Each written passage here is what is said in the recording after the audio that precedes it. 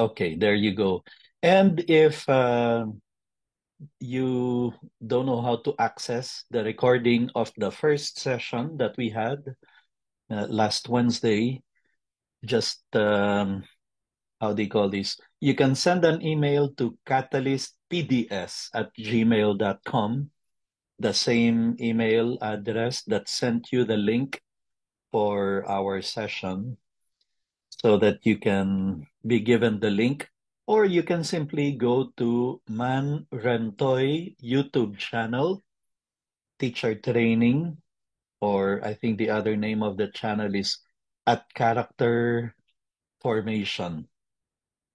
And you can access their session one recording for those who need to go back to some of the ideas that we tackled in session one.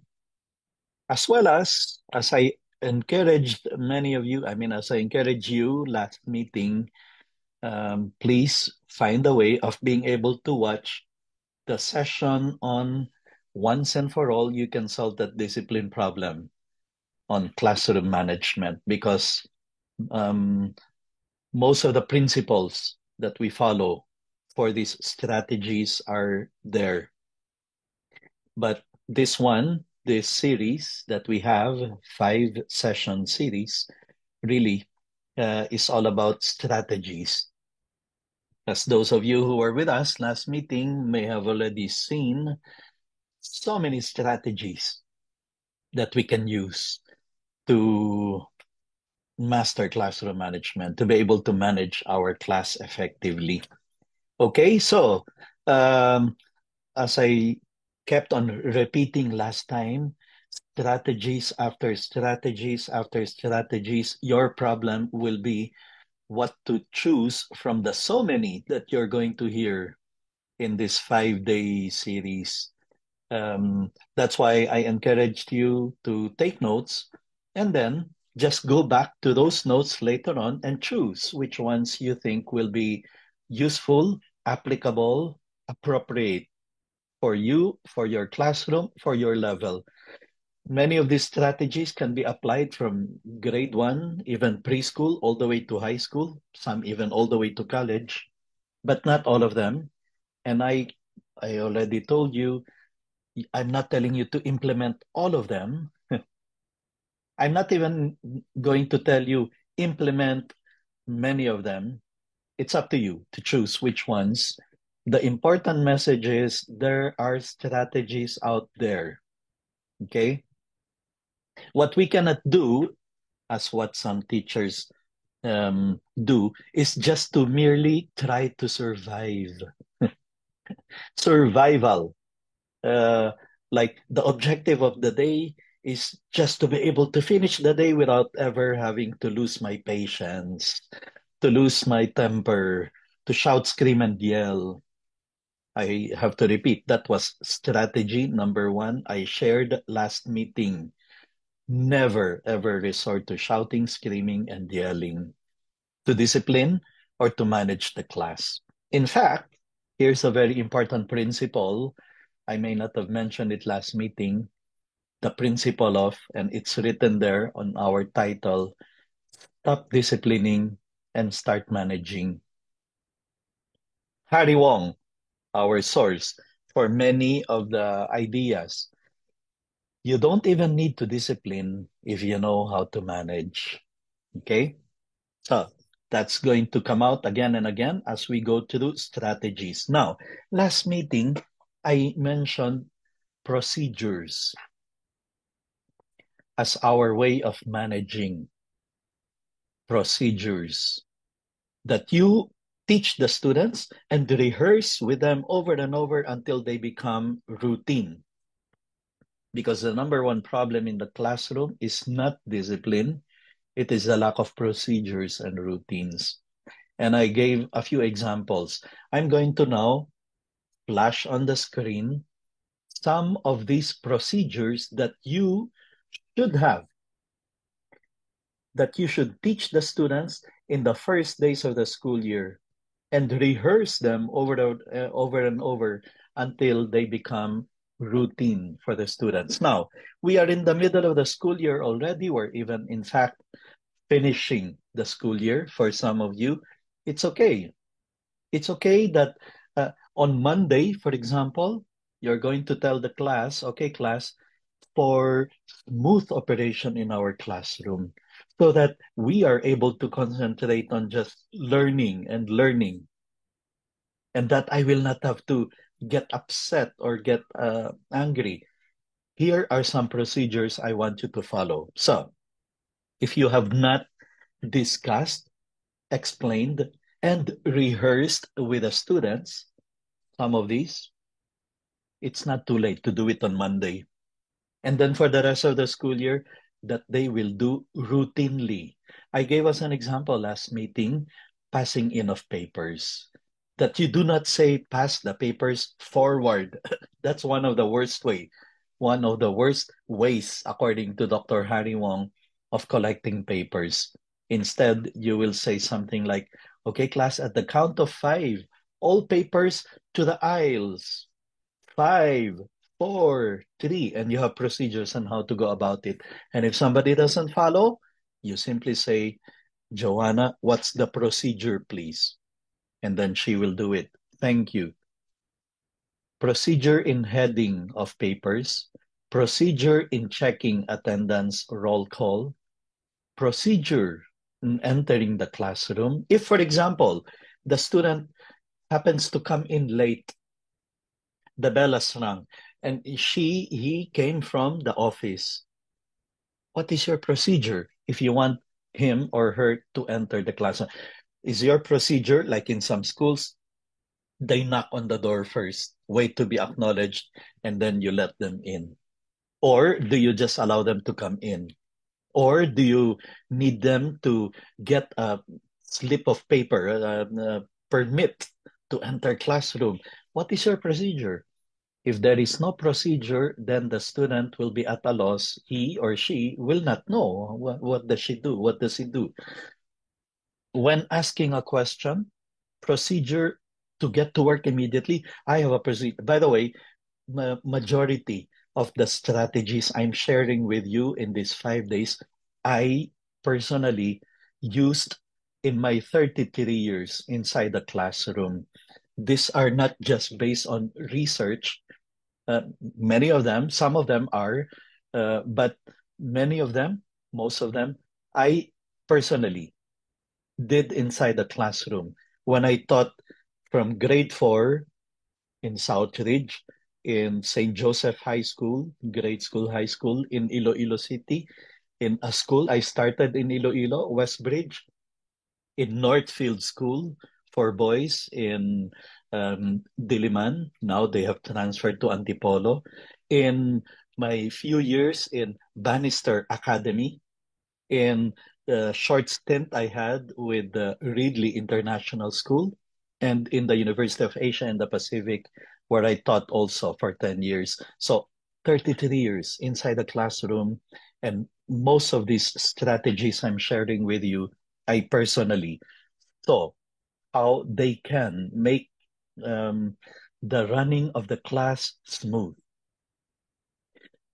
So one of the strategies I had was getting to work immediately. I would make the students start the class because when they enter my classroom, they will see on the board written there a seat work that they will have to do, a work that they will have to start, whether it is start reading chapter 5, answer questions 1, 2, and 3 in the book that can be found in the book. Or I would put a question there that they will reflect on and write an answer in the journal.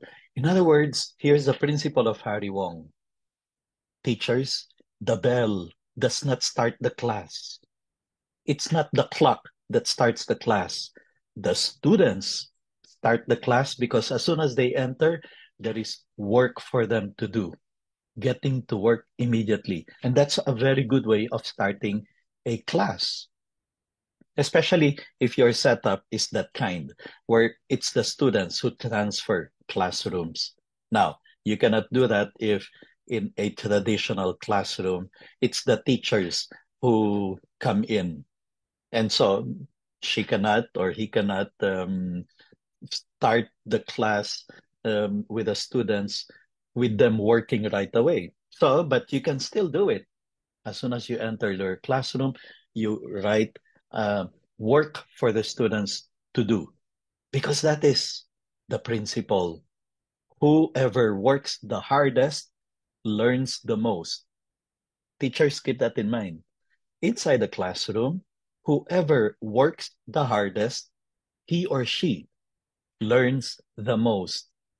And it is very sad when you observe classrooms who is working the hardest, the teacher, the teacher lecturing the whole time. The principle of Harry Wong is the job of the teacher is to get the students to get to work, and get to work, whether it is to read, to discuss, to display, to demonstrate, to exhibit, to create, to perform, but it's the students who are supposed to get to work. Here's another principle. Here's another procedure that you should have, which I observed in many schools. I visited many schools around the Philippines, and many times they don't have a procedure for this. If the bell rings and there is no teacher inside, meaning to say the teacher is late, the teacher is absent, what is your procedure? If there is no procedure, you know what happens. The bell rings. There's no teacher. The class becomes a zoo. The students start jumping up and down, making noise because there is no procedure. Here's my procedure. Okay, class, if the bell rings and there is no teacher, this is the procedure. Class president and vice president come in front. You take over the class. Class secretary, you will go to the faculty room and ask, is so and so here? We don't have a teacher inside the classroom. Is there a substitute teacher? In other words, even if there is no teacher inside the classroom, the class is managed well. That's classroom management. And that is nothing else but a procedure. The president and the vice president come forward. The secretary goes to the faculty room, and the class is quiet, or they can get to work. They can do an assignment. They can answer a question that is written on the board. They can write a journal. We will get into journal writing later on. Here's another set of procedures that you should teach and rehearse. You see, that's the key. I may not have emphasized it enough. I think I did in the last meeting, but it's important to rehearse these procedures over and over until they become routine. How do you end the class? How do you dismiss them? In movies that we watch from the US, the teachers don't have procedures. That's why the bell rings and students run out of the classroom. That's a poor classroom management because that means the teacher does not have a procedure. I have a procedure. Okay, class, when we are about to get dismissed, I dismiss you, not the bell. Okay? Not your watch. I am the one who will dismiss you. And this is how we end the day, or we end the class. The procedure is I will ask you to stand by your desk. We do our closing prayer or end of the period prayer. And then I will say, goodbye, class. And you will reply with, goodbye, teacher, goodbye, Mr. Antoy. And that signals your dismissal. You can leave the classroom. Not the bell, not the clock. I am the one who manages this, and I am the one who gives you the signal to you may leave the classroom. How do you want them? What's your procedure if you want the students to participate in class discussion? Do you have a procedure for when you say form yourselves into groups of 3? Do you know how they are going to do it? Or do the best friends start flocking and some people are left out? What is your procedure? When a student needs to borrow a pen or paper, when you want them to come to attention, I gave you salami last meeting and the bell method. When you are absent, if you want them to work cooperatively, what is your procedure? And if you want them to change groups, what is your procedure? Harry Wong said, we have to have procedures for this. By the way, some procedures are nothing else but what you want them to do, how you want them to do those things. Some procedures you teach them, like for example, graduating classes. What is the procedure in receiving the diploma from the principal on stage? You receive with a left hand, and then you shake hands with the right. You go to the center, and then you take a bow, and then you go back to your chair. That's a procedure. We rehearse it over and over until it becomes routine so that on graduation day, they look snappy. They don't look lost. You see, some procedures we teach towards the end of the school year. And you can have, I repeat the principle I mentioned last meeting, you can have as many procedures as you want for as long as you teach them and you rehearse them with the students, because it is the procedures that set up the class for achievement to take place. Now, last session one, this is where we ended. Catch and celebrate good behavior, because some students are complaining. Some of your students may be complaining, Sir, wala nang nakita yung teacher namin kundi mali. Pag may mali kaming ginawa, galit na galit si ma'am, galit na galit si sir, buong period magsa-sermon na yan. Pero pag may ginawa kaming mabuti, parang hindi niya napapansin. So, I gave you that principle last time. Catch and celebrate good behavior. Here's one concrete strategy I have used that works.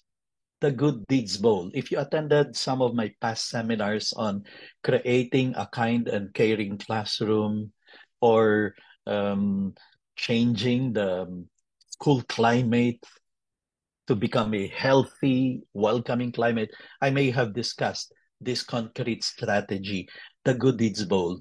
Here's how it goes. I would have a bowl like this on the teacher's table. And then on one box, inside one box, I would have marbles. Kung mahal ang marbles, mahirap bumili ng marbles, then you can just pick up those small pebbles. Kung mahirap maghanap ng mga small pebbles, then you can just use yung mga binilog na papel, yung just paper that you form into a ball. And here's how it works.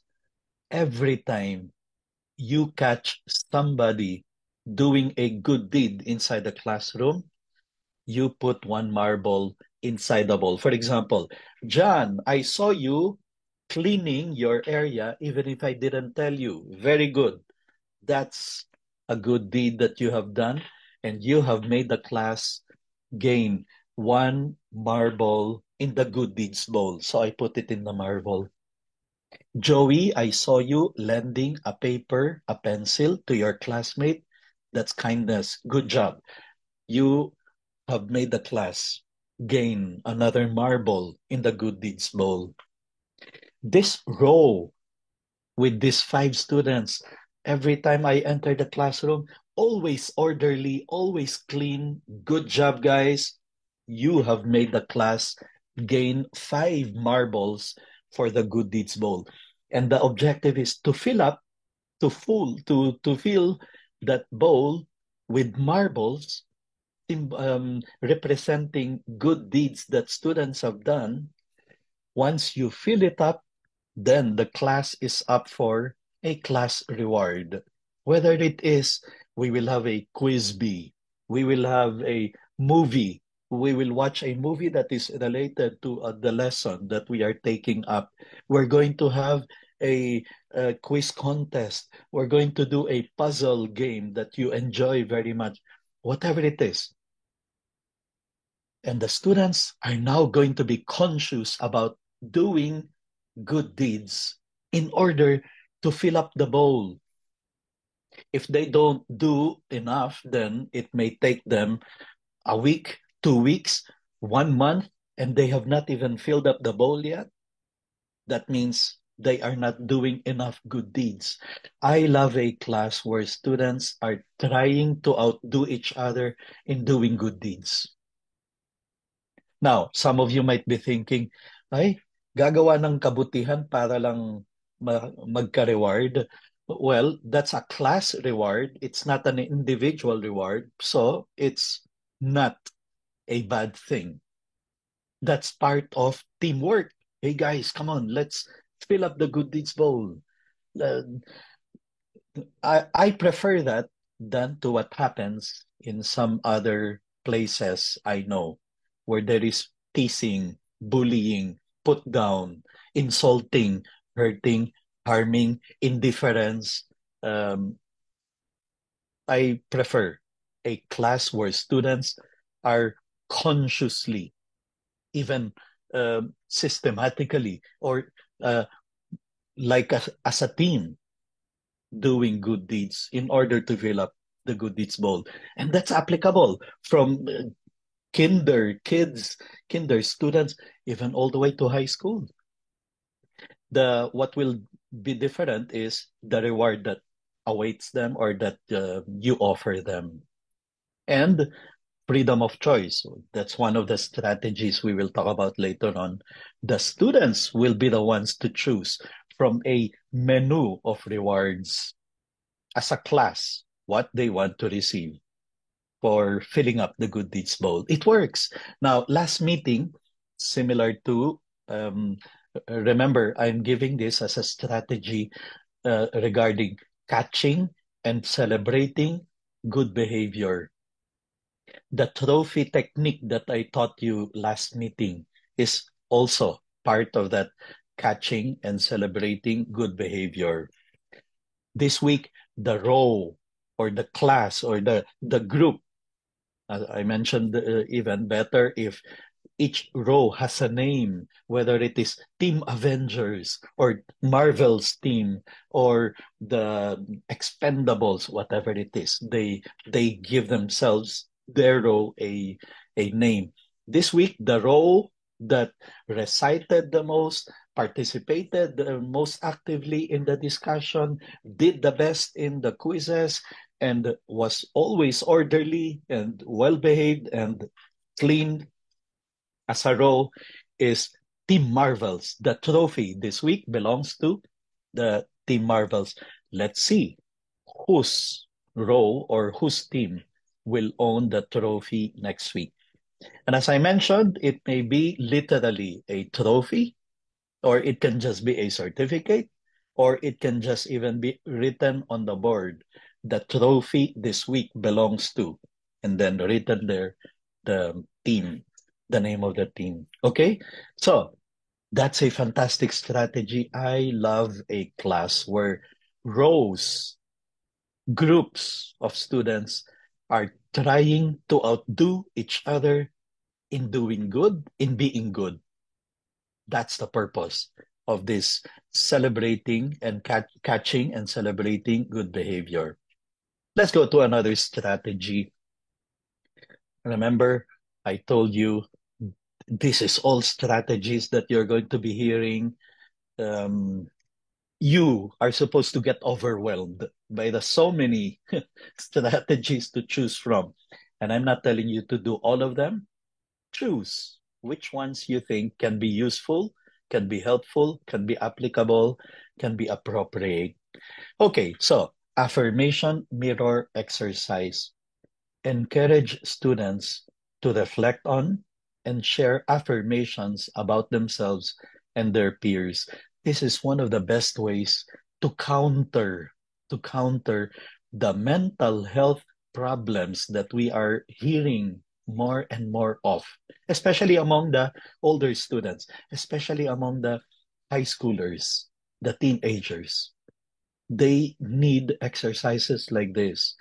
But in fact, according to research, students today need more and more exercises on reflection. You have to find ways to get the students to do more and more of reflecting, introspecting, keeping quiet and reflecting on a question or on an idea, a concept, because the students today, the young people today, are so subjected, so much subjected to a lot of noise. The noise of YouTube, TikTok, Spotify, Facebook, Instagram, Twitter, X. They are subjected to so much noise, literally noise, because I know some teenagers who even go to bed with their earphones on, listening to music the whole night. Or the kids, as soon as they get window of free time, they are in front of the computer playing games, video games, or watching YouTube or watching TikTok videos. That's a lot of noise. The only way you can reflect and do introspection is in silence. And that's a problem now with so much noise that they are subjected to. They are not able to do reflection.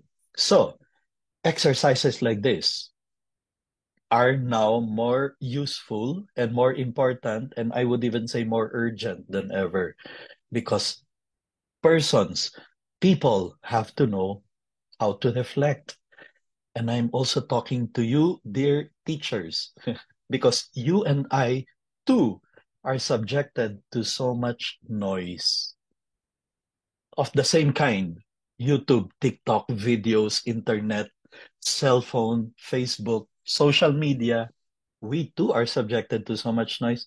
It's also important that we pause and reflect in silence. Now, here is one exercise in reflection. Make the students reflect on and share affirmations about themselves and their peers. Okay, whether it is for us, I think this slide here is more for us. Reflections for teachers. For students, they need to do a bit of reflection that they can acknowledge, affirm, acknowledge good traits, good sides of people, of their friends, of their um, fitmates, classmates, schoolmates.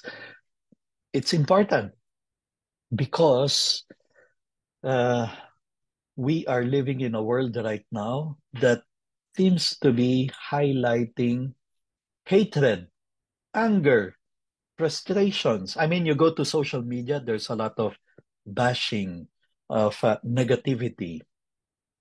And sometimes it's important that we get to counter them with, teka muna, the world is not as evil as um, 24 Oras presents it, as TV Patrol makes it appear, as the headlines make it appear, like the world is about to collapse with the wars, literally plural wars going on in different places, the tsunami, earthquake, and other calamities that we keep on hearing about, and deaths.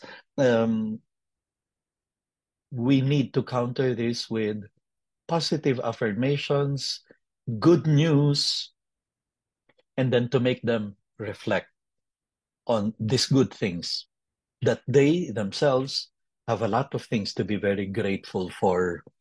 That's why here's another strategy: gallery walk behavior reflection. By doing this, you are going to promote self-awareness and accountability. Make the students write a reflection on their behavior. And then they can share it, they can post it on a wall, one side of the classroom. They can do it anonymously so that people will not have to know that they are making a public confession.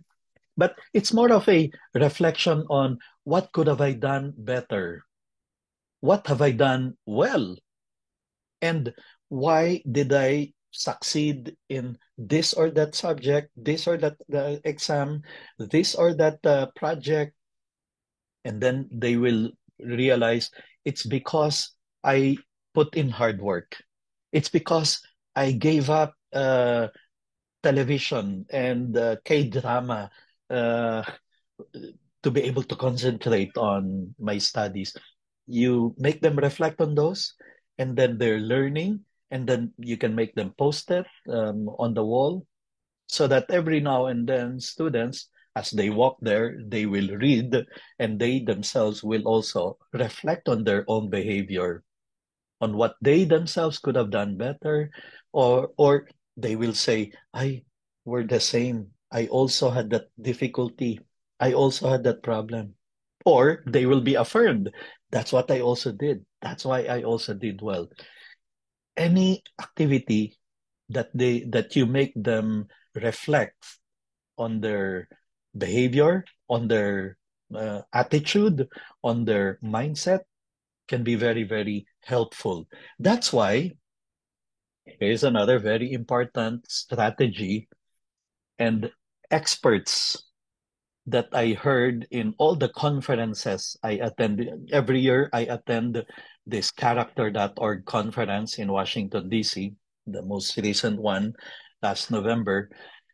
And chances are in the breakout sessions with a 70, 80 breakout sessions to choose from, chances are one, two, three of the speakers there will talk about make your students do journal writing, reflective journaling practice. Provide time for students to reflect on their behavior, on their feelings, and goals to journal entries. And it shouldn't eat a lot of time. You can, excuse me, you can, for example, simply devote last 5 minutes. Okay, class, bring out your journal, and I want you to write. I'll give you 5 minutes to write down what are the most important things you learned in today's subject or in today's period, or uh, as we end this week, what are the top three like lessons, not just about subjects or academics, but lessons about life, about friendship, about struggles, about your failures, probably. What are top three things you reflect on? What are top three things that you can um, consider as most important lessons you learned this week?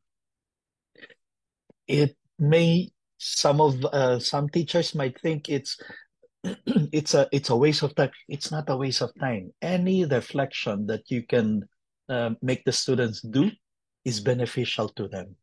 Is very useful, very helpful for them. Um, Journaling, that's very important. Or if you think for example that you're running out of time, you need all the time for your academics, for your subjects, okay, then give this as an assignment over the weekend for them to write um, a reflection in the journal of the week that just passed. What are three things that they could have done better, three things that they did poorly, and three things that they did well, just to make them reflect and think about how things have been going for them, the good, the bad, and what they can improve on. It works.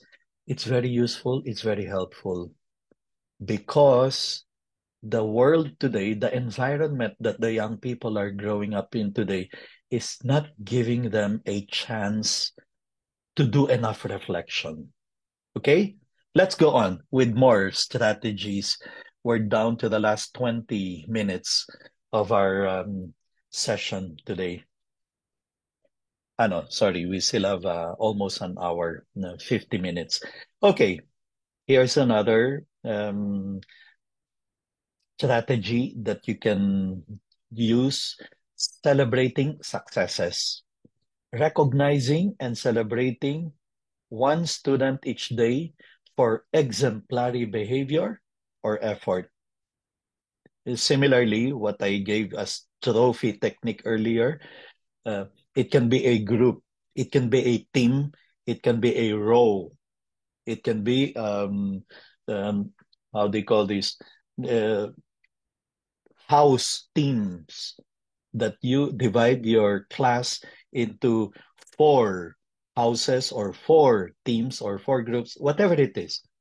But it's important to celebrate um, behavior, especially effort, especially.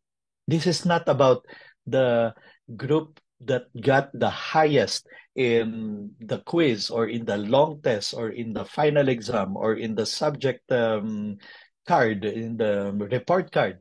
No, there's already recognition for that, right? The school already gives first honor, second honor. This one is giving recognition to the best behaved, the most attentive, the most participative, etc. You can even make it like not as a contest, but students can vote whom they think who they think for that week deserves to be given recognition for behavior, for effort. And then the top two or three nominees, you can ask those who voted for them, you can ask them to justify why are you voting for this person. And of course, they will have to mention the good things the students did, the nominees did. And that's it. You are highlighting behavior, effort, attitude, maybe even virtues. Because some of them may be nominated because he was the most helpful this week. He was the most punctual. He was the most uh, helpful and cooperative and supportive when we were doing the group project, etc. So that is a wonderful thing when you celebrate not just the grades, but especially attitude, behavior, virtues, and values. Okay, another strategy to introduce the Rafe Esquith classroom that I'm going to spend a bit of time in discussing. Token economy system. A token economy, so you will introduce this as a reward system to reinforce positive behavior. A token economy is a behavioral modification system in which people earn tokens for displaying desired behaviors and can later exchange these tokens for rewards or privileges. The primary goal is to increase desirable behaviors and reduce undesirable ones by using tokens as a form of reinforcement. So these are, for example, like you have a behavior chart in your classroom. Students receive stickers for good behavior that they can later exchange for a prize or a special privilege. Like, what are these good behaviors? You're going to say, okay, class, we're going to do a discussion, and I need you to cooperate, to keep quiet, and to participate. Every time somebody participates, he can be given this token. A token may just be a piece of paper, a pass, a sticker, or whatever it is that you want to use to signify the token, which you will say, if you are able to collect 10 of these tokens, meaning to say, I acknowledged your participation, your good behavior 10 times in this week or in this span of time, that means you those 10 tokens you can use later on to uh, to get homework pass, meaning to say he will be exempted from that homework, or he can be given an extra free time, or he can be allowed to um, go to the cafeteria, whatever it is that they will want or that they will be attracted to as a reward. Similarly, you can also do home chore charts that children will earn tokens for completing household tasks, which again, they can later trade for treats or allowance. Allowance does not mean money. Allowance as in they will be allowed to do this, they will be allowed to do that, they will have this privilege or they will have that pass, etc. So that's the token economy system where you are always on the lookout for good things, good deeds, good behavior, and that they are given reward for that. Now, some teachers may misinterpret this as para na lang kailangan may laging may reward. Well, okay. Um, True. That's also not a good culture to cultivate because as Dr. Michelle Barba would say, please stop giving trophies to kids for breathing. Well, this is not just merely breathing, this is doing good deeds. The important thing here is to give recognition for the good behavior, for the good attitude, for the good things that students do over and above the merely simple expectations. Like, of course, they're expected to study. Of course, they're expected to behave. Of course, they're expected to keep quiet when they are told to keep quiet, to follow rules inside the classroom, etc. But this is precisely it. If you're on the lookout for especially good, spectacular behavior from students, then we can resort to this. Let me introduce you to Rafe Esquith, one of the most celebrated teachers of the modern times. He was teaching for almost 3 decades, grade 5 students in Hobart Elementary School in Los Angeles, a poor community where in that school, in that community, most students end up failed, kicked out, or even jailed, except all the students who passed through the grade 5 class of Rafe Esquith. How does he do that? Well, he put all those strategies in a book that he wrote entitled Teach Like Your Hair is on Fire. I got to meet him in Washington, D.C. once, I think San Francisco, in a conference there. And I tried inviting him, as I have invited many speakers to come to the Philippines. I invited him to come over to the Philippines. And so he emailed me to say, yes, my rate is $20,000 for every lecture.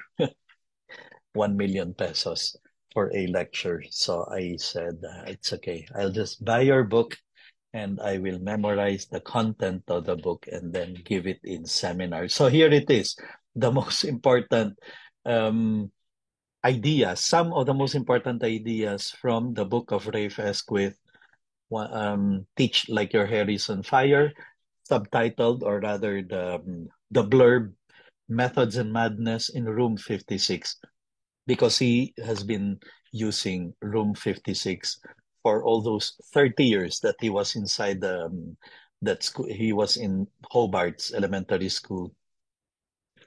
By the way, in the case of in the class of Rafe Esquith, while the bell rings at 7:30 a.m. To start the day, students are inside his classroom, excited to do math and English drills by 6 a.m. No one is usually late. They are there early morning to do math and English spelling drills excitedly, there early in the morning. How does he do that? Well, I'm going to show you how. The economic system of Ray Fesquith.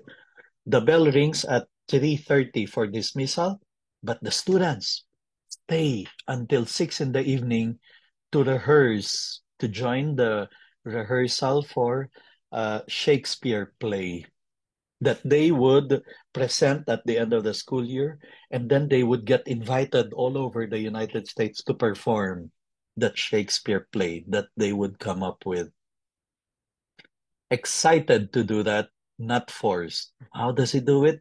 The economic system is what we, and his students, majority, if not all of them, would go on to be successful professionals. Um, as I said, while students in that community, many of them would end up failed, kicked out, or even jailed. In the case of Ray Fesquith, all his students would go on to study in Ivy League schools like Harvard, Stanford, and all the big schools, Yale. They would end up in some of the premier schools, universities. How does he do it? Well, teach like your hair is on fire, shares this economic system.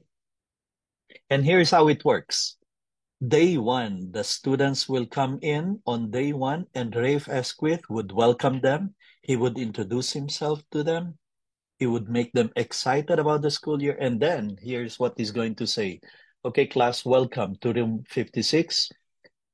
This is, by the way, a self-contained classroom, meaning to say, Rafe is the teacher from period one to dismissal.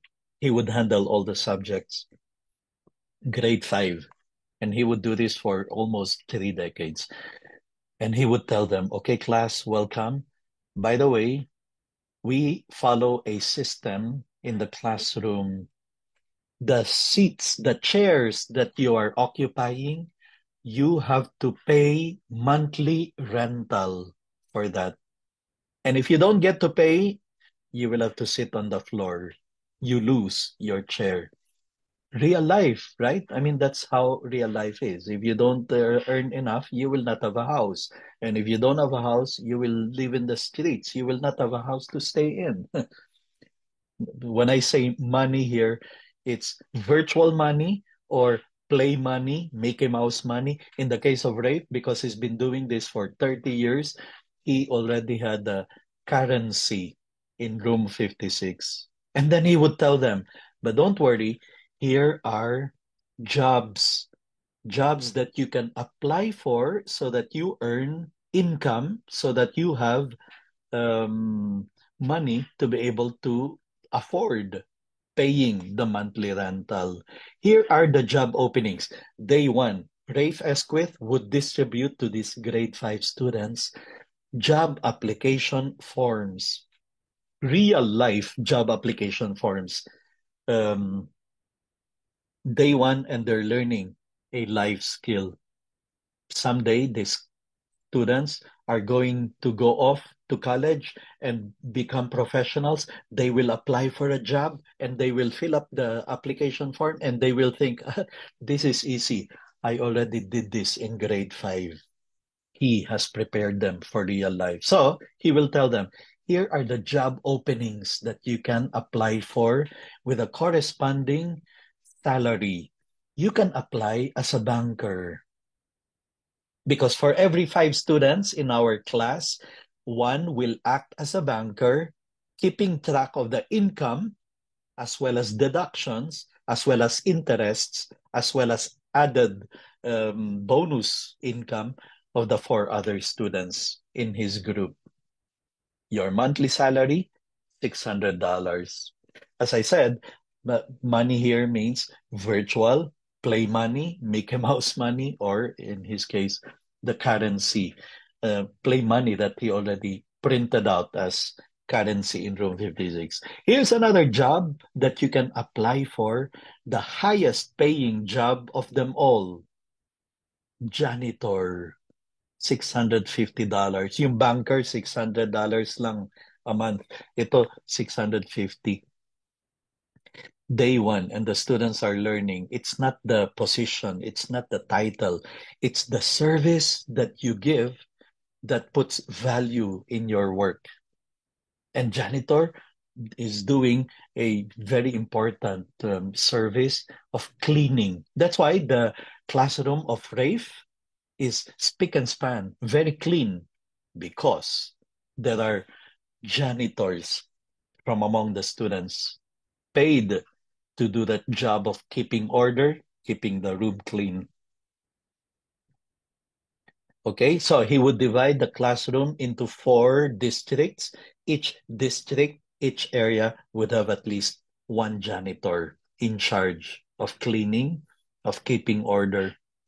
Here's another job assignment or another job that you can apply for, and with corresponding salary. You remember what I said earlier? Students are excited to be inside the classroom as early as 6 a.m. to do math, English, spelling drills. Some of you may be thinking, ay grabe, dagdag trabaho. Dagdag trabaho sa teacher of checking papers. No, there are people paid to do that job. The graders, monthly salary of $575. They are the ones who correct the papers of the drills of the math, spelling, and English drills, and they keep track of the grades of the students. They are paid to do that job. The students who apply for the job get paid for that. Here's another job that you can apply for, messenger, because sometimes we need to send somebody to the office, borrow the video projector, um, inform the office of something. We need a messenger. Here's another job you can apply for, police officer. Remember, the room is divided into district. Each district, aside from having a janitor, should have a police officer to keep order and discipline. That's why even if there is no teacher inside the classroom, no problem. There's the police officer who will keep order and discipline. Now, here's another job that is available. One of the things Rafe did was to have a video library. Well, DVDs. Nowadays, you don't need a library because they can be in, how they call these, AVI files or MP4 files. But um, he still would have those libraries earlier on of VHS tapes, later of DVDs, no CDs and DVDs, of movies that are almost life-changing because of the lessons that students can pick up from the movies. And he would have a library of those movies, and students can borrow and bring home and watch. And then when they return the video the following, usually weekends, they borrow. And then when they return the videos on Monday, they have to return it with answers to 3 questions that will bring out the life lessons from the movie that they watched. And so you would have a video monitor in charge of these videos, like a librarian of sorts, but of the videos, to make sure that the videos are always complete. They know exactly who brought home which, salary of $575 a month. Here's another job you can apply for, recycler. Glamorous name for garbage in charge. Here's another job you can apply for. He would tell them, attendance monitor. I think it's the lowest paid job, because he would tell them, uh, this is one of the most boring jobs because nobody is usually late. Nobody wants to be absent. And that's the class of Rafe. Everyone, they're excited to be there early in the morning to do drills, and they don't want to be absent, as you will see later why. Here's another job assignment or job that you can apply for. Clerk, assisting the teacher, especially in um, keeping order in the materials, in the teacher's table, in the um, keeping order in the papers that have been collected, assisting the teacher generally. Here's another job, librarian, because Rafe would make the students do a weekly book report. They would read a lot, they would write a lot, to the point that in the class of Rafe, every year, by the end of the year, all the students are able to publish a book. I mean, unheard of. Grade 5 kids publishing their own book by the end of the school year. Why? Because just put together, for example, all the book reports that they wrote for the whole year, that can constitute one book. And you can come up with other um, jobs that students can apply for with a corresponding salary. Now, those are the jobs you can apply for because you need to pay monthly rental for the seats you are occupying. And here is the seat rental. The front of the room, let's call it Bel Air. The rent for that is $1,000 a month. The middle of the room, let's call it Beverly Hills. That costs $750 a month. Next to the video library, let's call it Hollywood, $700 a month. Santa Monica, let's call that area near the water fountain, $675. There at the back is, let's call it Skid Row, $550. What do you notice?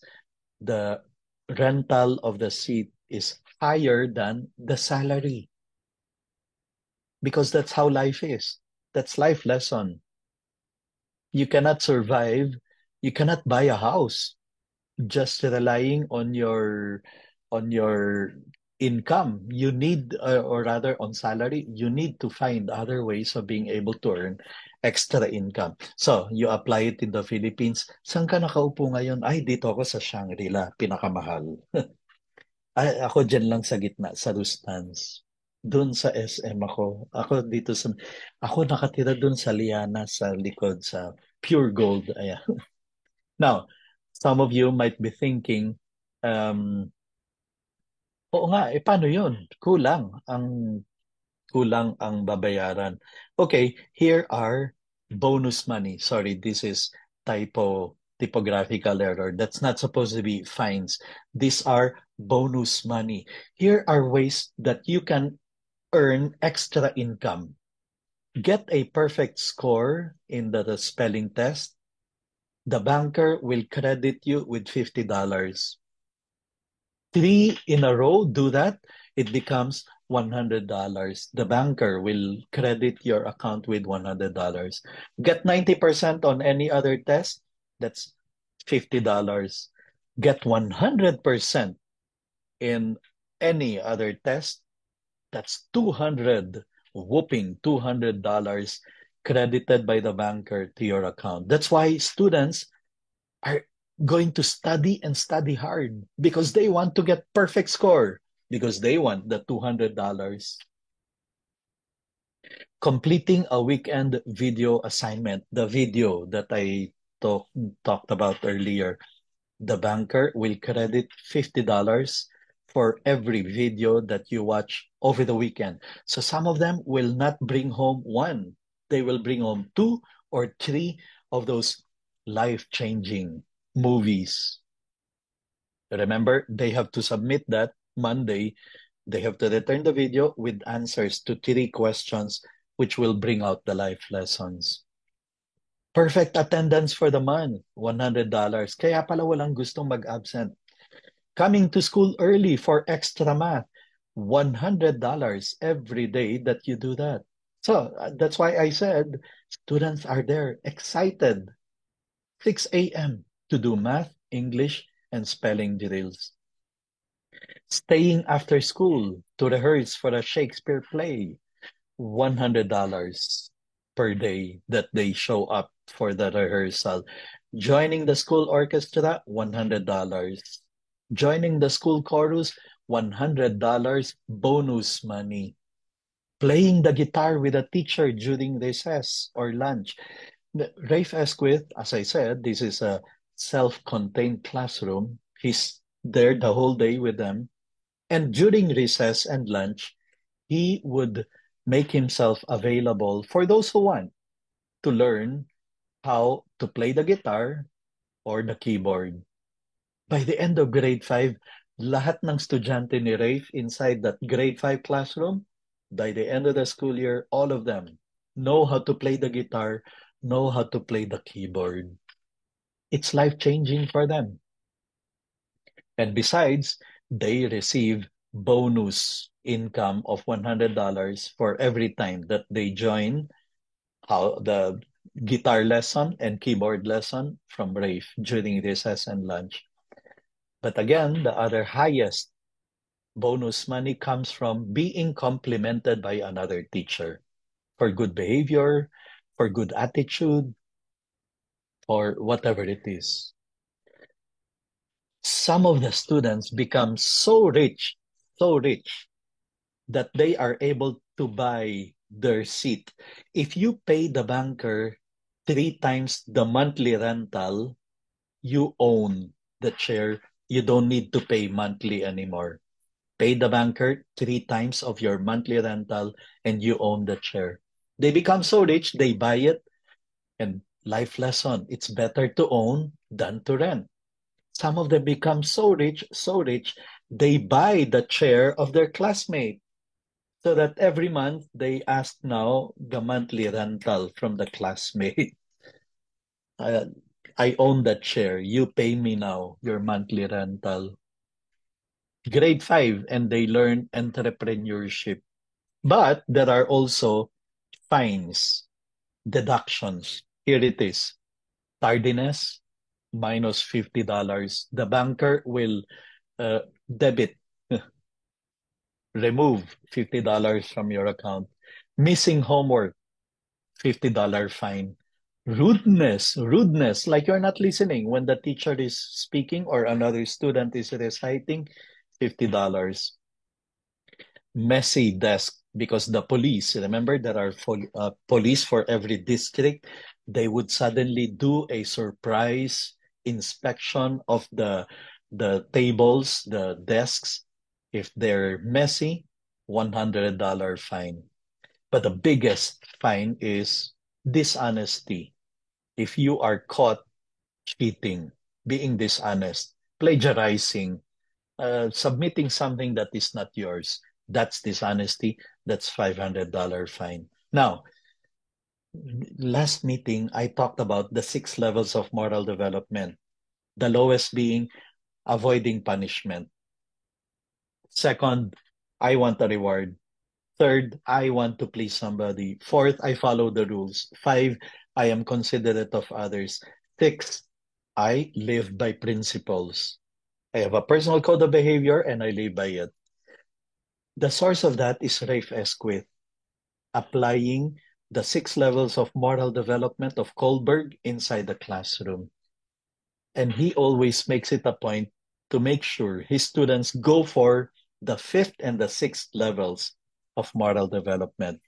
I mention that because some schools discover this strategy, this economic system, and they apply it in their school without keeping in mind that, teka muna, it has to go hand in hand with making the students live by principle, the sixth level of moral development.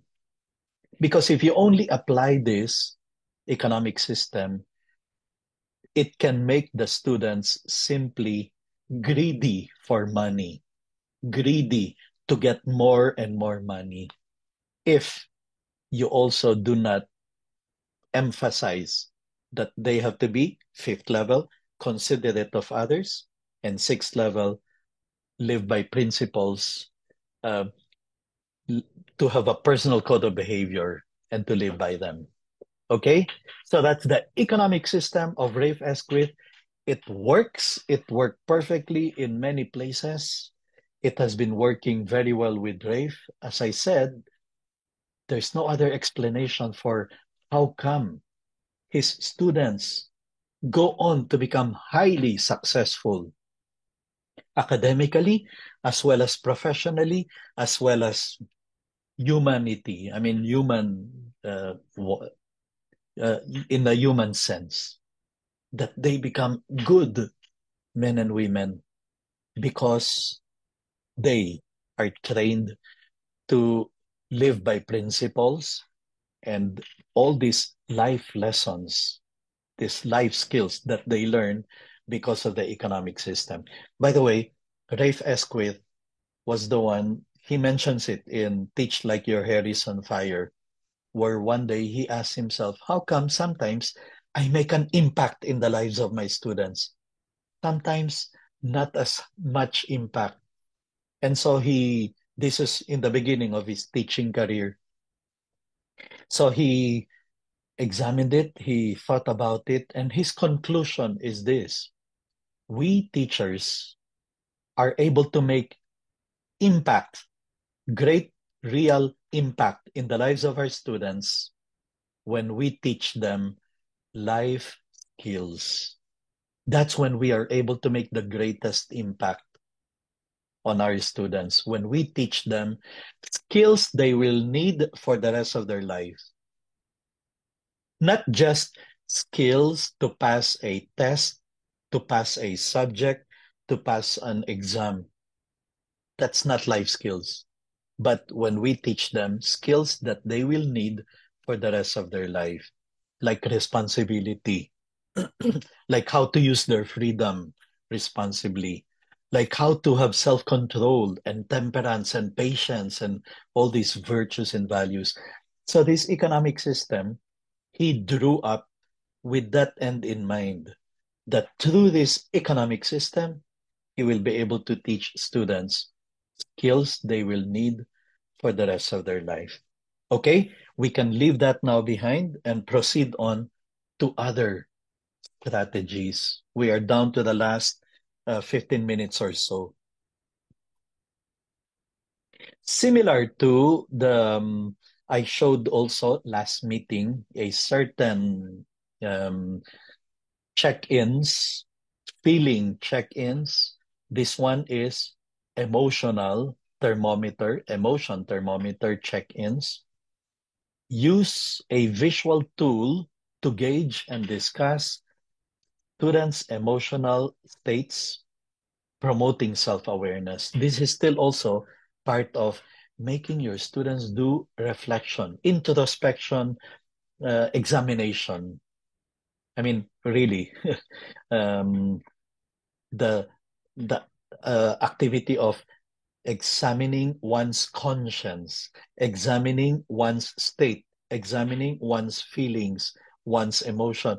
These are all very important things to help students mature and become more responsible of themselves, of how they react to situations, of how they. This is also very important for self-knowledge. So this can be a poster that is there on the at the door or on the bulletin board, and every now and then, especially if you're noticing your students either feeling like disconnected or seemingly not paying attention, there's something that seems to be bothering them, to pause and then to do this as an exercise, uh, to make themselves determine in this thermometer of feelings, where are you right now? Exploding out of control, ready to explode, boiling, heating up, getting uncomfortable, tired, but I am in control. I am okay. I'm cool and collected. I got this. I'm relaxed and happy. I'm feeling great. And sometimes we teachers can be surprised. Why is it that more than half is there in the red zone? Kasi katatalo lang ng class sa Quiz B, intrams, or everyone is affected by the breakup of Kathleen. I mean, whatever it is. But it's important for us to know where our students are coming from. And it's also a way of showing them we care enough. I mean, I am not just here to teach a subject. I am here to help you grow as human beings, to develop as good men and women. That by teaching you my subject, but the subject is not the end all and be all. I am here raising young people to be good men and women. Sometimes we may need to remind ourselves of that. Sometimes I've seen teachers who are so engrossed with their subject, like as if it's the most important thing in the universe. Ay, teka muna ma'am, sir, I assure you, 1 year from now, they may not even remember anything about your subject. Maybe hindi nga 1 year eh. By next week, ma'am, yung nilecture mong yan, kasi it's not exactly the life-changing and life crucial skill. They may not really even remember that anymore. I'll give you an example. I mentioned to you, I've been inside the classroom for 33 years, and I love alumni homecomings. I love going to alumni homecomings where you have students you have not seen for 10, 15, 20 years coming back, and they're excited. They ask around, andito pa ba si sir so and so? Andito pa ba si ma'am so and so? Because they want to look for you. They want to shake your hands, look you straight in the eye, and be able to tell you, ma'am, sir, thank you very much. I am who I am because of you. Yan. I am who I am because of you. They may not say it that way. They will not say it that way. They will show it in other ways. Like they want to embrace you. They want to hug you. It's not enough that they shake your hands. They want to be able to wrap their arms around you. That's their way of saying, thank you. I am who I am because of you. Tapos ikaw naman, sasabihin mo, ito naman, sino ka nga ba ulit? Ano nga ba ulit pangalan mo? We don't remember them. We don't remember their names, their faces. Sino nga ba tong nakakalbo na? Sino nga ba to? We may not remember at all their faces, their names. But they have not forgotten us.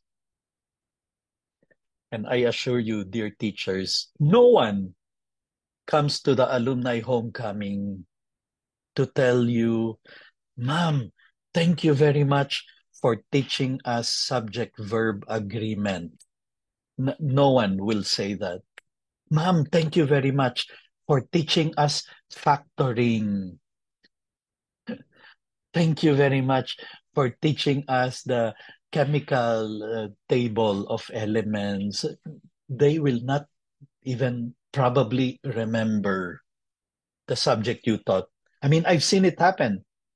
I've seen it happen. Students I've not seen after so many years, they come back and they are excited to see you. And then at a certain point in the conversation that evening of the alumni homecoming, they will ask something like, Sir, ano nga bang year level nyo kami naging teacher? And then I realize sometimes, I was never your teacher.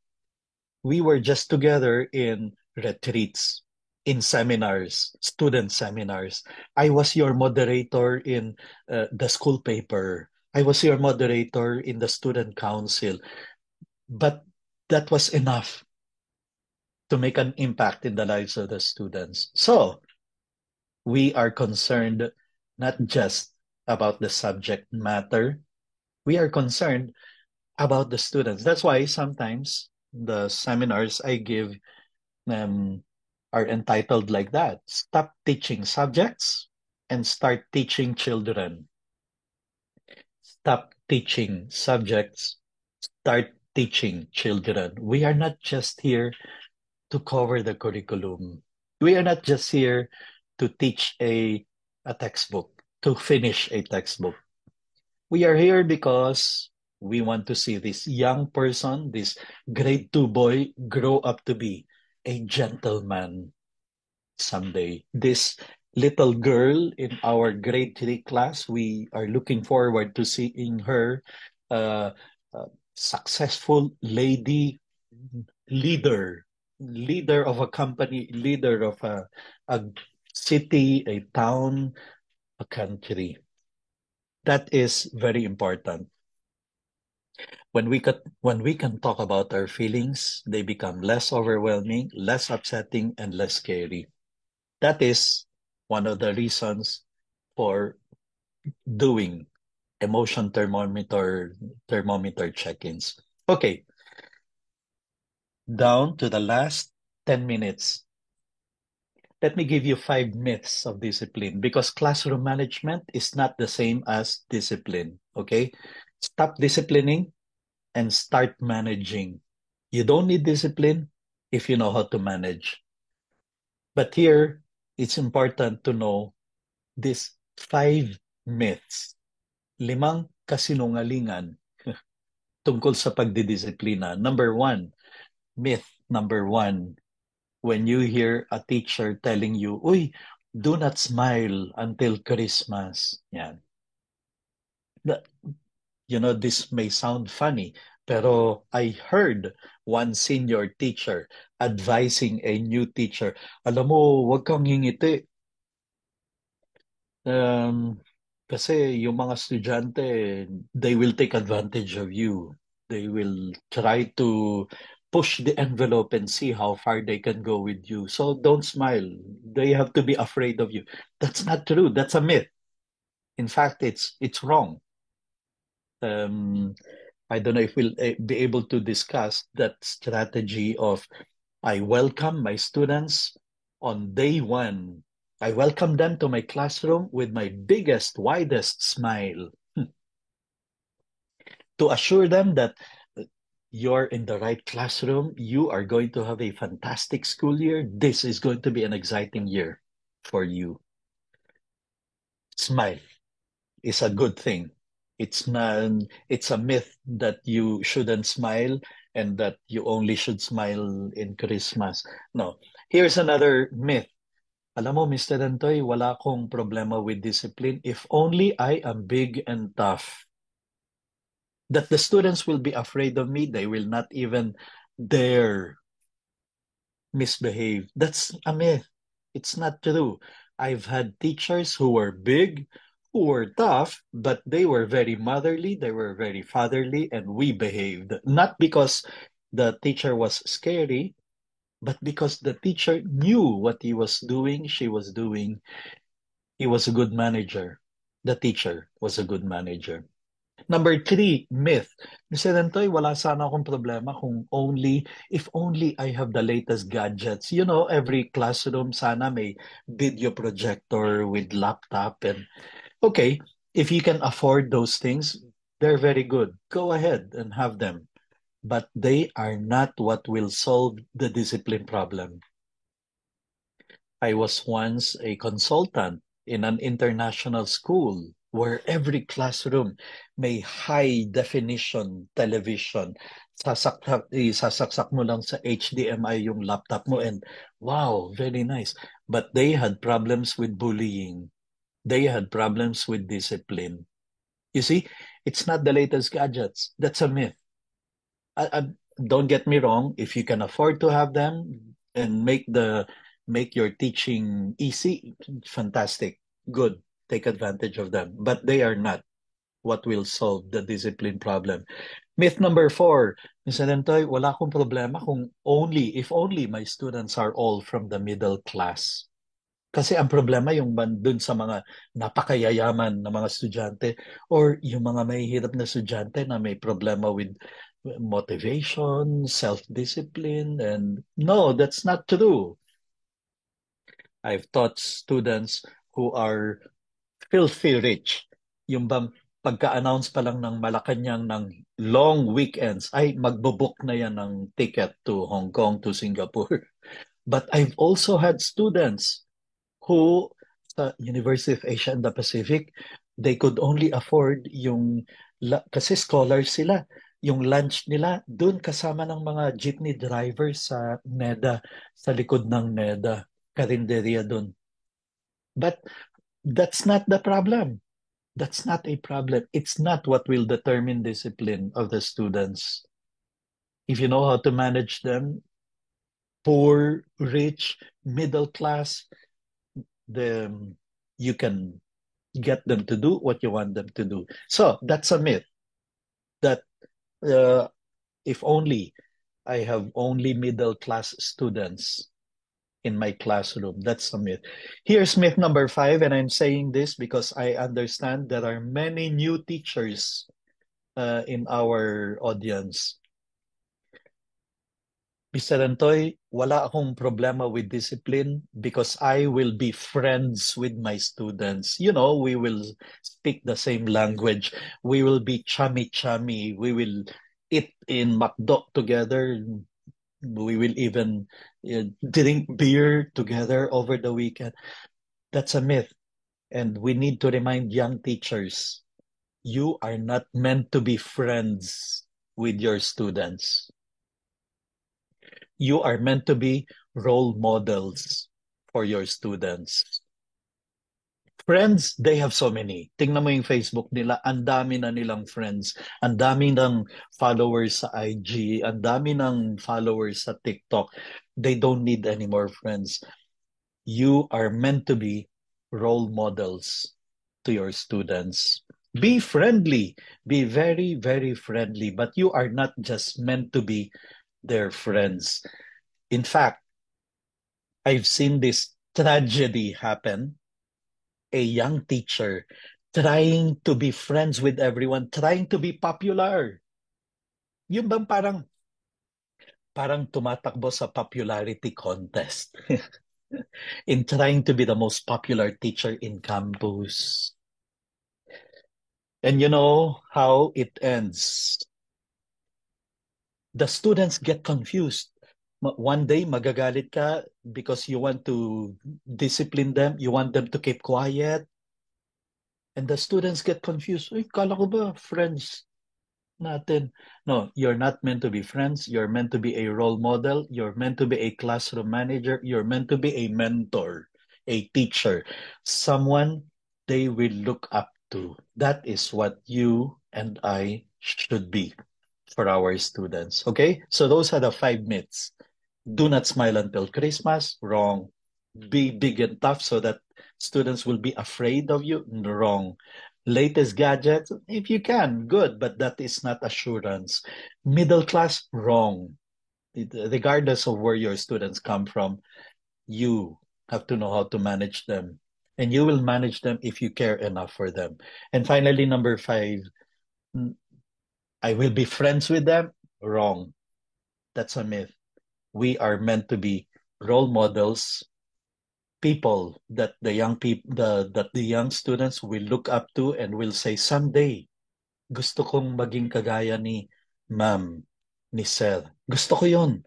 Not necessarily to become like ma'am or sir as a teacher, but that kind of respectability, that kind of goodness, kindness, heart. That's what I want someday also to be.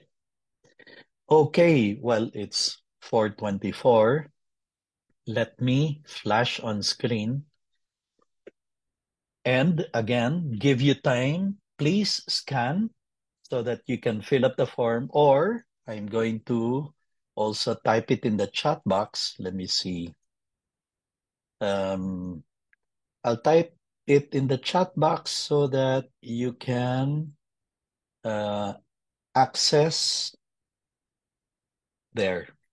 You can click on the link so that you can fill up the Google form. And again, I will give you time to fill it up and wait for your auto-generated certificate to arrive or to appear in your email. And when it comes, please type in the chat box, done, or received. Okay? Please type in the chat box if you have received the certificate, done, or received.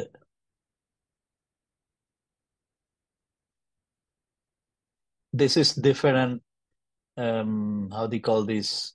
QR code from from the last meeting.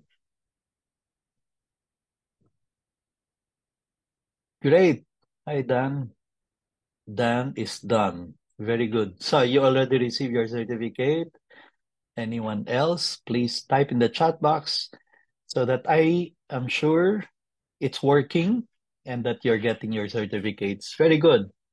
Thank you, Gorgonia, Ma'am Arbis, Ma'am Zagala, Sir Lopez, Sir Arimbay. Thank you. Okay. Ma'am Ali, you also got yours already. Okay.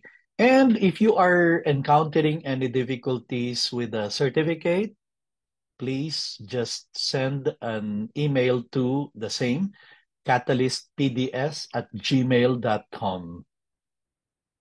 If you don't receive your certificate in your email, it may be because you typed in your email address wrongly, or you may not have clicked the did you attend? Yes, because that's what will determine. Okay, great. So everyone seems to be receiving the certificate. It's working very well. Okay, great. Well, we end here. Thank you so much, everyone, for joining us. And I hope to be able to see you in our future sessions. Let me just take screenshot of. Okay, great. Awesome. So, yep. Thank you so much. See you on Monday for the session 3 for those of you who are registered for the all the 5 sessions.